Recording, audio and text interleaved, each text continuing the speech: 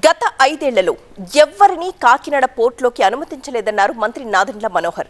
3 ఏళ్లలో ఒక్క కాకినాడ పోర్టు నుంచే 1,30,00,000 మెట్రిక్ టన్నుల బియ్యాన్ని అక్రమంగా ఎగుమతి చేశారని ఆరోపించారు.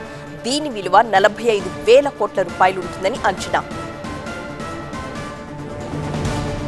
కాకినాడ పోర్టు గురించి, ఈ రైస్ స్మగ్లింగ్ గురించి ఎందుకు ఈ విధంగా మనం ఆందోళన చెందుతున్నాం? 5 సంవత్సరాల్లో ఎవరిని కూడా లోపలికి ప్రవేశించలేదు, అనుమతించలేదు. అసలు అవకాశమే లేదు. లోపల ఎటువంటి కార్యక్రమాలు జరుగుతున్నాయి, ఎటువంటి బోట్లు వస్తున్నాయి, ఎవరు అక్కడ అధికారులు ఉన్నారు, ఏ విధంగా ఈ కార్యక్రమాలు జరుగుతున్నాయి దానిపైన కనీసం ఒక్క మీడియా మిత్రులను కూడా లోపలికి ఆహ్వానించలేదు, అనుమతి ఇవ్వలేదు. వీళ్ళు దుర్మార్గంగా ఈ 3 సంవత్సరాలను చేసింది. రవి యాదవ్ గారు, ఈయన శ్రీగంధం చెట్లను పెంచుతూ కోట్లల్లో సంపాదిస్తున్నారు. మీరు వారి నుండి నేర్చుకోవాలా? అయితే ఫ్రీడమ్ యాప్ని డౌన్లోడ్ చేసుకోండి.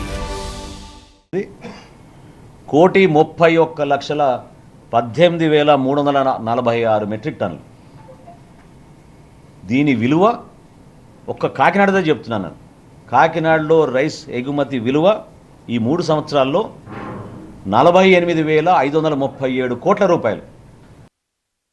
ఈ రకమైన అవినీతి వ్యవస్థను ప్రక్షాళన చేయడమే తమ లక్ష్యమన్నారు మంత్రి నాదెండ్ల.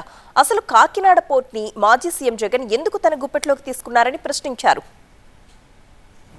మన పవన్ కళ్యాణ్ గారు చాలా స్పష్టంగా చెప్పారు, ఒక వ్యక్తి గురించి కాదు మేము మాట్లాడేది. ఇక్కడ ఈ వ్యవస్థ ప్రక్షాళన జరగాలి. పూర్తి స్థాయిలో లోతుగా పాతుకుపోయిన వ్యవస్థని ప్రక్షాళన చేయడం కోసమే చేస్తున్న ప్రయత్నం ఇది. మీడియా మిత్రులకు అందరూ తెలుసు, పుంఖాలుగా మీరు రాస్తూ ఉన్నారు. గతంలో ఎప్పుడైనా ఈ విధంగా బియ్యం సేకరణ జరిగేదా? ఒక వ్యవస్థను ఏర్పాటు చేశారు. 1000 కేసుల పైన నేను మంత్రి అయిన తర్వాత ఈరోజున రాష్ట్ర వ్యాప్తంగా బుక్ చేశాం. సమాజం కోసం ఉపయోగపడే రైస్ మిల్లులు, ఉపాధి కల్పించే రైస్ మిల్లులు కూడా వీళ్ళు వాళ్ళ గుప్పిట్లో తెచ్చేసుకుని ఈ రైస్ స్మగ్లింగ్ చేయడానికి ఉపయోగించడం మొదలుపెట్టారు. ప్రధానమైన ఆలోచన ప్రతి ఒక్కరిలో రావాల్సింది ఏంటంటే, ఈ రోజున కాకినాడ సీపోర్ట్ని జగన్మోహన్ రెడ్డి గారు తన చేతుల్లో లాక్కోవడానికి ఇంత దౌర్జన్యం ఎందుకు చేశారు?